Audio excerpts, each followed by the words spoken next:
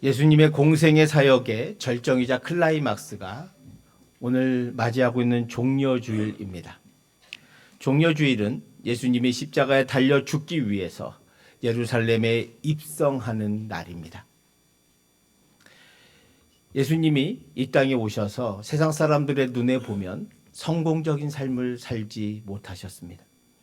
예수님은 하나님의 아들로서 세상을 바꿀 수 있는 능력과 힘이 있음에도 불구하고 그 힘과 능력을 누구에게 쓰셨냐 하면 가장 약한 자에게, 가장 고통당하는 자에게, 문둥병자와 안진뱅이와 눈먼 자와 과부의 아들에게, 12의 혈루증 앓고 고통 속에 있던 그 여인에게, 배고파서 굶주려서 사 먹을 돈도 없는 5천 명의 무리들에게 먹이시고 고치시고 치유해 주셨습니다.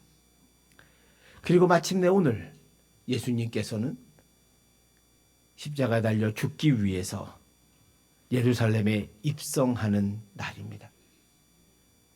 그런데 앞에서와 달리 오늘 본문에 보면 예수님은 당신이 메시아임을 숨기지 않았습니다. 이제 드디어 메시아임을 드러냈습니다. 그 앞에는 병자를 고쳐주고도 눈먼 자를 눈뜨게 하고도 어디 가서 말하지 마라, 알리지 마라, 내가 메시아임을 드러내지 않았습니다. 그런데 오늘 예루살렘 입성하시면서 예수님이 메시아임을 드러내십니다. 오늘 13절 말씀을 한번 보시기 바랍니다. 종려나무 가지를 가지고 맞으러 나가 외치되 호산나 찬송하리로다. 주의 이름으로 오시는 이 곧 이스라엘의 왕이시여 하더라. 이스라엘 백성들이 예수님을 환영하면서 종려나무 가지를 흔들고 있고, 그리고 이스라엘의 왕이라고 노래하고 있음을 우리가 알 수 있습니다. 종려나무는 히브리어로 타마르라고 하는데 대추나무 비슷한 겁니다. 혹시 저게 바로 종려나무고, 종려나무 가지 한번 보여주세요. 가지. 예, 저게 종려나무 가지입니다. 저게 어떤 의미가 있느냐? 저 나뭇잎이, 종려나무는 첫 번째 승리를 상징합니다.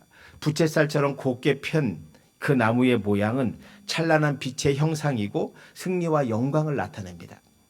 둘째로 종려나무는 안식과 풍요를 상징합니다.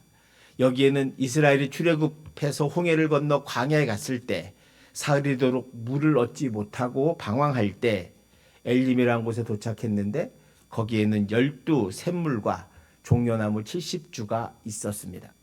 종려나무가 있는 곳은 안식과 축복입니다. 왜냐하면 대추 야자 나무는 아주 달고 맛있기 때문이죠. 지금 이스라엘 백성들이 종려나무 가지를 흔드는 이유는 그분이 승리의 왕이자 이스라엘 역사에 등장하는 메시아, 바로 그분이라는 것을 증명하고 있습니다. 그래서 이분들이, 이 무리가 소리를 외치고 종려나무 가지를 흔들면서 호산나 찬송하리로다라고 노래하고 마지막에는 이스라엘 왕이여라고 노래합니다. 여러분, 아무에게나 이스라엘 왕이라고 말하지 않습니다. 이스라엘 왕이라고 말하는 것은 왕이 될 만한 분이기 때문에 왕이라고 사람들이 환호하고 무리를 지어 말하고 있습니다. 더욱이 요한복음 11장에 보면 죽은 나사로를 살리셨습니다. 무덤에서 나와 죽은 나사로를 살리신 그 놀라운 기적을 보고 사람들이 왜 호산나라고 외치지 않았겠습니까? 그러니까 예루살렘의 성에 있던 모든 많은 사람들이 나와서 종려나무 가지를 흔들고, 마태복음이나 마가복음에 보면 자기의 외투를 벗어서 길에 깔았다는 거예요. 그게 바로 왕으로 오신 예수님의 모습입니다. 또 하나 보면 어린 나귀를 타신 것이 메시아의 증거입니다. 14절 15절 한번 보시기 바랍니다. 예수는 한 어린 나귀를 보고 타시니 이는 기록된 바 시온 따라 두려워하지 말라. 보라, 너희 왕이 나귀 새끼를 타고 오신다 함과 같더라. 여기서 구약성경 스가랴 9장 10절의 말씀을 인용하면서 메시아는 겸손하셔서 어린 나귀 새끼를 타고 오신다는 스가랴 선지자의 예언을 인용하고 있어요. 예수님의 제자들이, 사도 요한이 이제 인용하면서 예수님께서 어린 나귀를 타신 것은 구약에 있는 대로 내가 메시아다라고 증명하고 계신 겁니다. 메시아는, 스가랴 선지자는 내가 곧 이 땅을 구원할 메시아로 올 건데 그분은 겸손하셔서 어린 나귀 새끼를 타신다고 말했어요. 이거는 우리에게 보여주는 사인이죠. 메시아가 어떤 분이냐.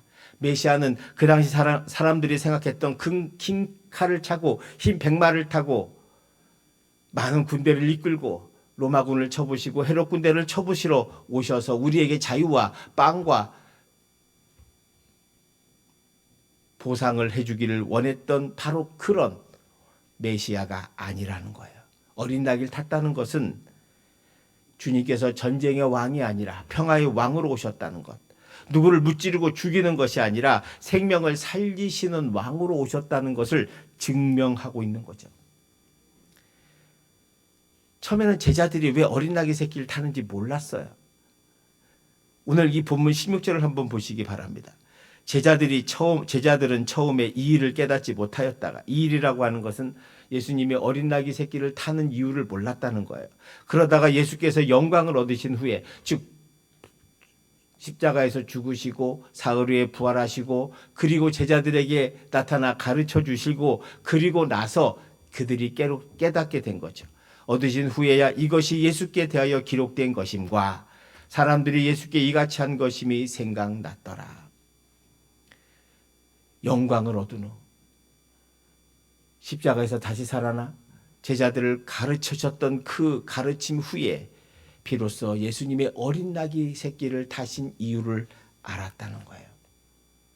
그만큼 예수님의 제자들은 예수님의 지금 하시는 행동을 그 당시에는 이해하지 못하고 있었음을 알았습니다. 왜 이해하지 못할까? 아니 3년을 따라다니고 3년을 수많은 기적과 이적 속에서 말씀을 배우고 공부한 이 제자들이 왜 예수님이 하시는 행동을 전혀 이해하지 못했을까? 사실은 예수님이 그 전에 미리 말해줬어요. 3번이나 내가 십자가 달려 예루살렘에 올라가서 죽고 고난당하고 십자가에 죽고 사흘 후에 부활할 거라고 말씀해 주셨어요. 그런데 아무도 귀담아 듣지 않았어요. 왜요? 자기가 원하는 답이 아니었기 때문에. 즉 예수님의 뜻이 중요한 게 아니라 자기들의 뜻이 중요한 거예요. 지금 예수님은 죽으러 올라가시지만 다른 사람 환호하는 그 무리들과 뒤에서 따르는 예수님의 제자들의 마음에는 뭐가 있어요? 이분이 올라가면 이제 왕이 될 거야.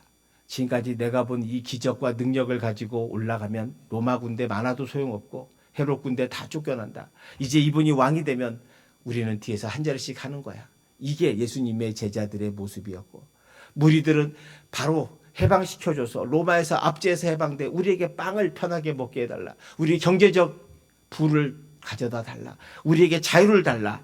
그렇게 소리치고 있었던 거죠. 사람이요, 마음에 욕심이 가득하면 남의 말이 안 들립니다. 제가 아는 어떤 분이 카페를 했다가 6개월 만에 망했습니다. 근데 그분은 커피를 좋아하는 분도 아니에요. 근데 커피 장사를 하시다가 망하셨습니다. 왜 하셨냐고 물어봤더니 자기 친구가 어떤 친구가 그 커피 사업을 해서 성공했다는 거예요. 그래서 2호점을 냈다는 거예요. 그래서 그 친구의 말을 잘 들어보니까 그대로만 하면 자기가 잘 될 것 같더라는 거예요.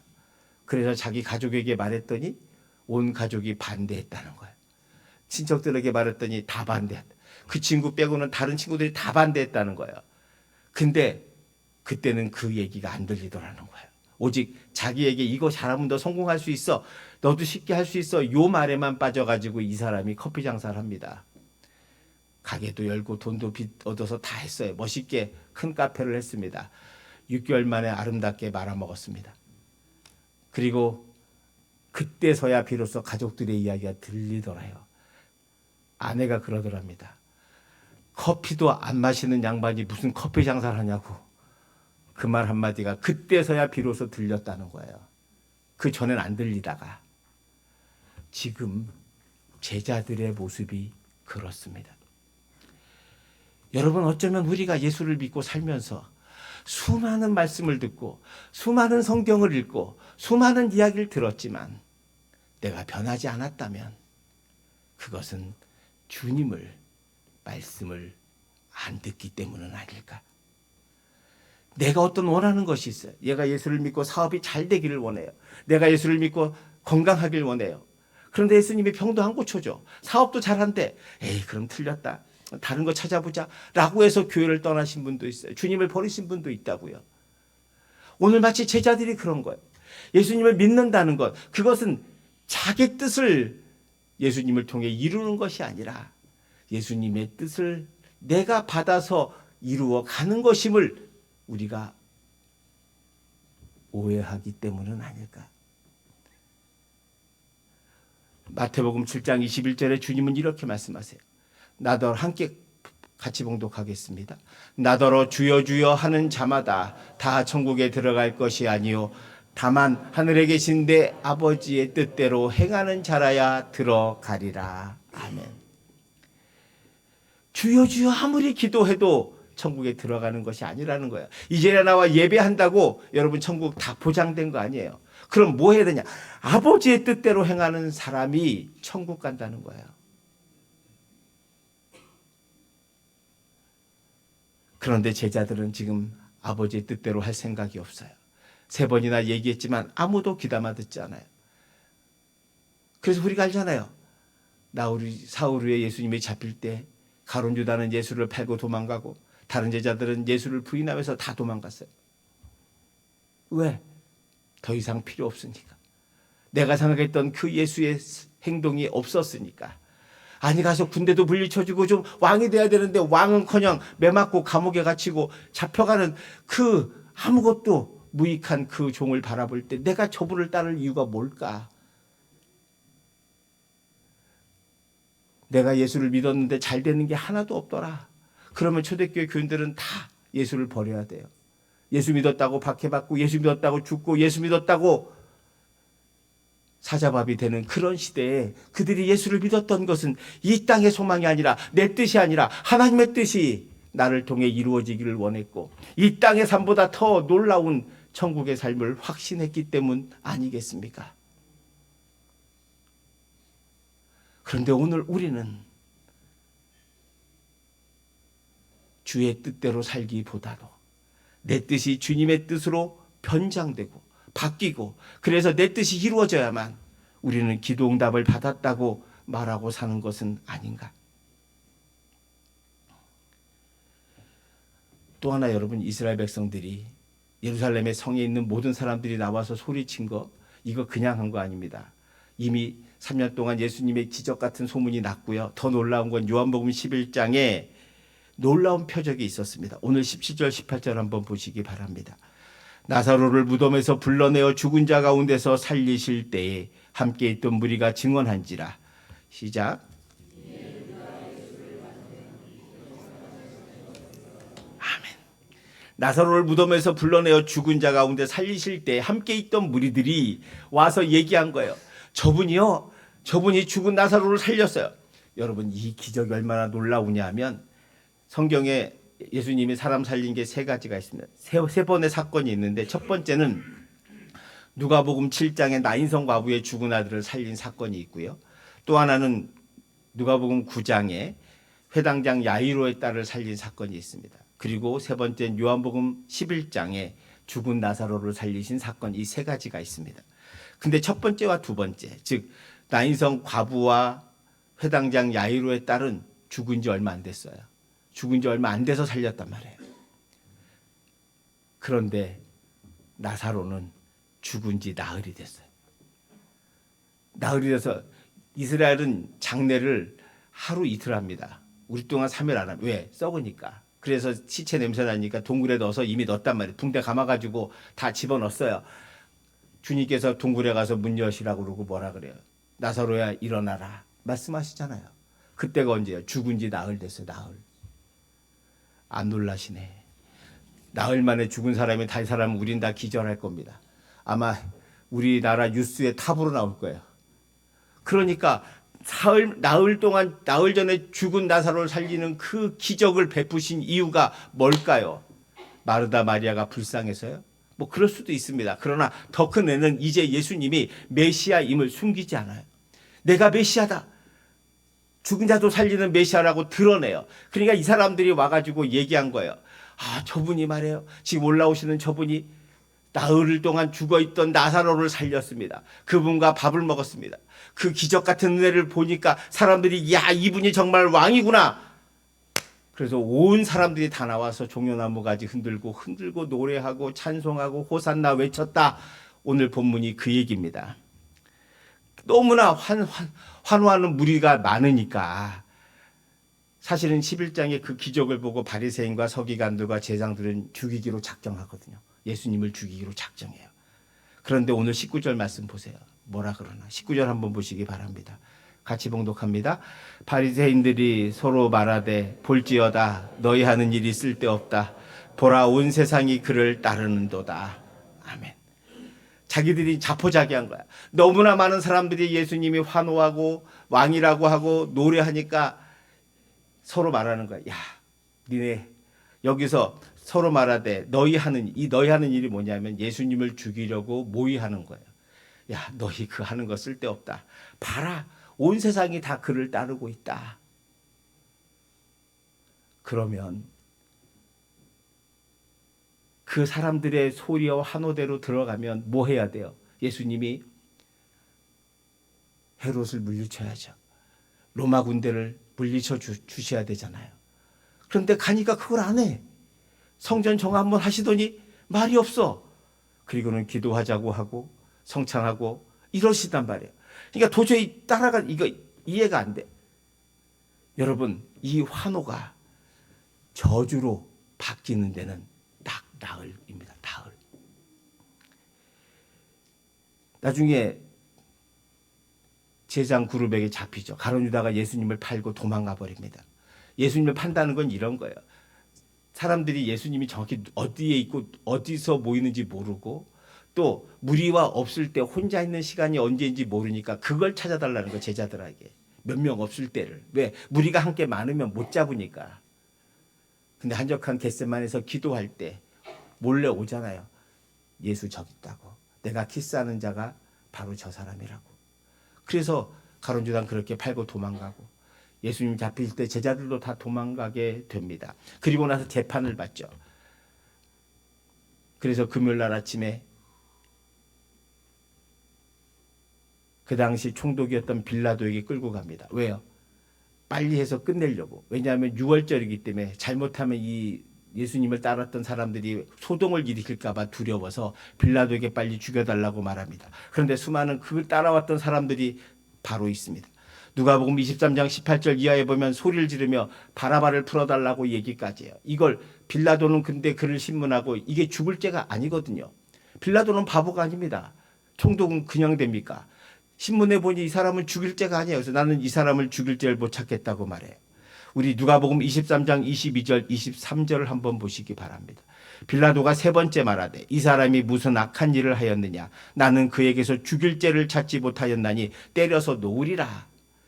23절 시작.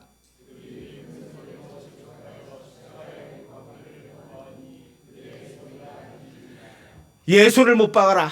그 소리가 얼마나 컸는지 세 번이나 빌라도가 풀어주려고 했는데 사람들이 너무 소리 지르고 예수를 못 박으라고 하니까 니들 마음대로 해라 라고 줬단 말이에요. 그런데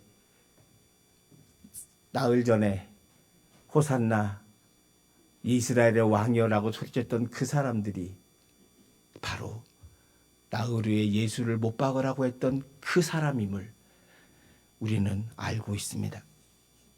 왜 그럴까? 왜 나흘 만에 이 사람들의 생각이 이렇게 바뀌어서 강도 바라바를 살려주고 차라리 예수를 못 박아 죽이라고 소리쳤을까? 그 이유가 뭘까? 예수님이 자기들의 뜻대로 움직여주지 않았기 때문이죠. 로마 군대를 물리쳐주지도 헤롯 군대를 물리쳐주지도 않았다는 거예요. 그러니 필요 없어요. 그러니 저 예수를 못 박아 죽여라. 우리를 실망시켰으니 우리가 큰 실망, 우리가 저 사람을 위해서 나가서 소리친 그 실망이 너무 크니 그냥 차라리 죽여달라고 말하는 거죠. 예수님이 왕으로 오셔서 자신들에게 해방을 주고 빵을 주고 편안함을 주기를 원했는데 예수님의 능력을 보면 그거 할 수 있거든요. 나흘 전에 죽은 나사로도 살리신 예수님의 능력이라면, 그래서 저분이 분명히 메시아인데 저 일을 하지 않는 걸 보면 저분은 우리를 사랑하지 않는구나. 그래서 버립니다. 그래서 죽이라고 못 박으라고 소리치는 거죠. 오늘 이 말씀을 적어 준비하면서 묵상하면서 제가 그 생각했습니다. 오늘 우리도 예수를 믿고 살면서 정말 예수님의 말씀에 귀 기울이고 사는가? 주님의 말씀을 듣기를 원하는가? 여러분, 예수를 통해서 내 뜻과 내 소망만 이루기를 원한다면 우리도 언젠가는 예수를 못 박으라고 소리칠 겁니다. 예수가 필요 없다고 우리는 생각할지 모릅니다.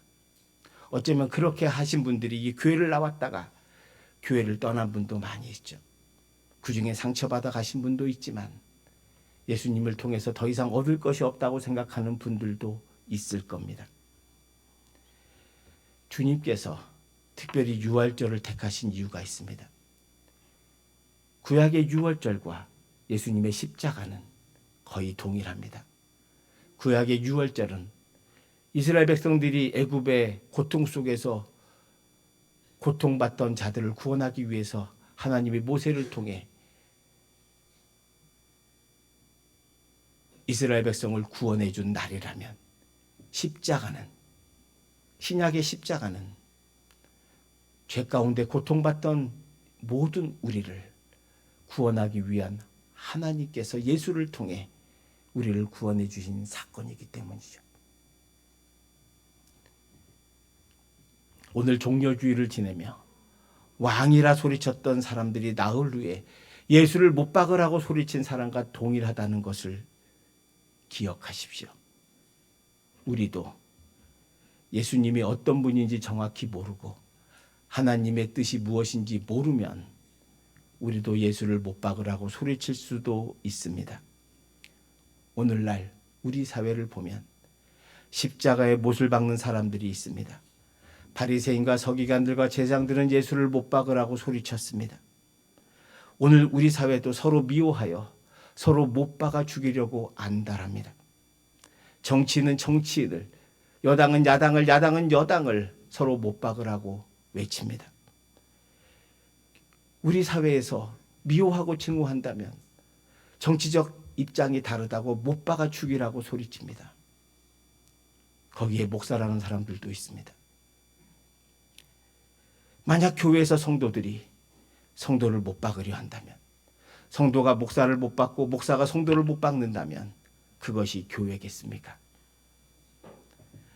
서로 미워하고 서로 증오하는 이 사회 속에서 주님이 지금도 눈물 흘리며 고통 속에 있습니다. 왜냐하면 십자가의 본질은 다른 사람을 못 박는 것이 아니라 다른 사람을 위해 못 박히는 것이기 때문입니다. 우리가 사순절을 지나고 고난주간을 지나면서 꼭 기억해야 할 것은, 여러분 마음속에 미움이 있다면, 증오하는 사람이 있다면 그 사람을 위해 여러분이 십자가에 못 박혀야 하는 거예요. 그 사람을 못 박는 것이 아니라 미워하고 증오하고 거짓말해서 속이고, 그거는 그 사람을 못 박는 일입니다. 오늘 우리 사회에 만연한 이런 미움과 증오 속에서 교회가 가야 할 일이 무엇입니까? 교회마저도 서로 여러분 미워한다면, 나는 저 사람이 나를 미워해, 그러니까 나도 저 사람 미워할 거야 라고 한다면 이 무리와 우리가 뭐가 다르겠습니까? 남한테 미움받는 것, 남한테 상처받는 것 아픕니다. 저도 아프고요. 저도 고통스럽습니다. 밤에 잠자다가도 발딱발딱 일어나게 됩니다. 그럼에도 불구하고 주님의 십자가를 생각하면, 아, 맞아. 내 일은 십자가에 못 박는 일이 아니라 십자가에 못 박혀 죽는 일이구나 라는 걸 깨닫게 됩니다. 사랑하는 사람이 나를 실망시켰을 때 참 밉습니다. 믿었던 사람한테 배신받을 때 그렇게 힘듭니다. 그럼에도 우리가 어쩌면 세상 사람들처럼 미워하고 복수하지 않고 주님이 용서하신 것처럼 우리가 다른 사람을 못 박아서야 되겠습니까?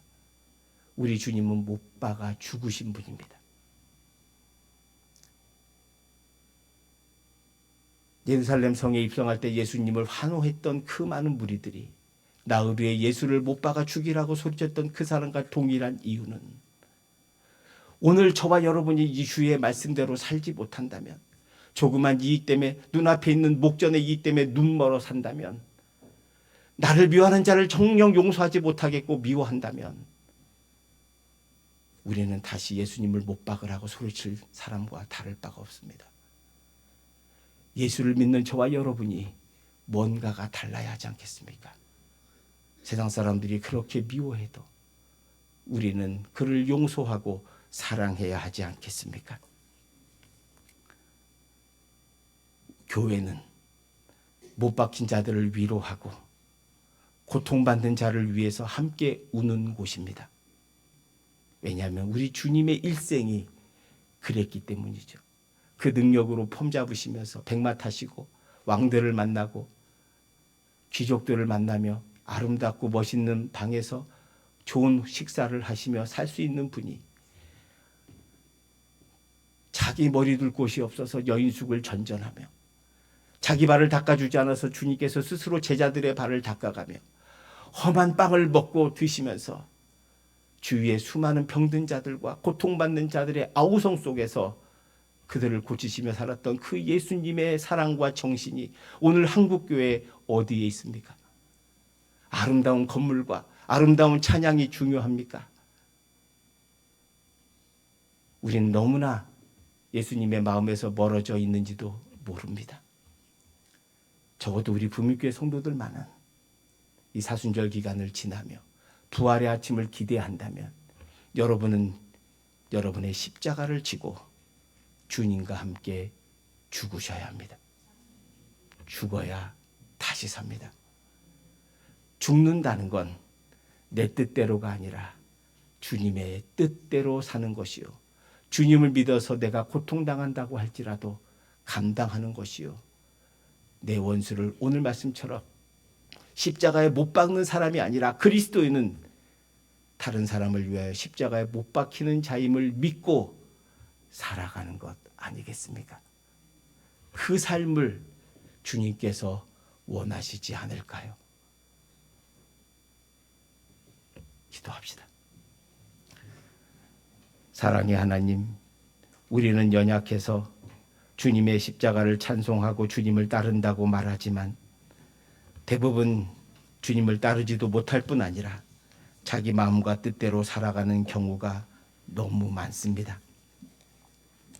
주님의 십자가를 사랑한다고 하지만 나를 미워하는 자를 나도 미워하며 살았습니다. 나의 이익만, 나의 기쁨만 추구하며 살았던 저희들을 용서해 주시고 십자가의 길을 걸을 수 있도록 인도하여 주시옵소서. 세상의 많은 유혹 가운데도 흔들리지 않는 순결한 신부처럼 우리 성도들이 십자가에 못 박는 사람이 아니라 다른 사람을 위해 못 박히는 자가 되게 하옵소서. 그래서 이 땅에 참된 그리스도인으로 주님의 길을 걸어가는 참된 제자가 되게 하옵소서. 그것이 십자가의 길임을 알게 하옵소서. 예수님 이름으로 기도합니다. 우리 모두 일어나셔서 옆에 분